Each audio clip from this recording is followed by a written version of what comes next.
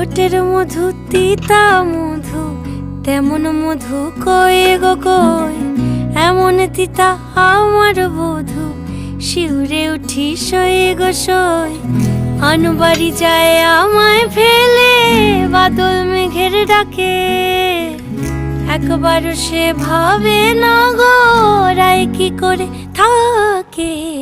কি করে রায়, কি করে রায়, কি করে রায়, কি করে, এই বুঝি যায় পীড়িত ছুটে, সেই ভয়েতে যায় মরে। কি করে রায়, কি করে রায়, কি করে রায়, কি করে, এই বুঝি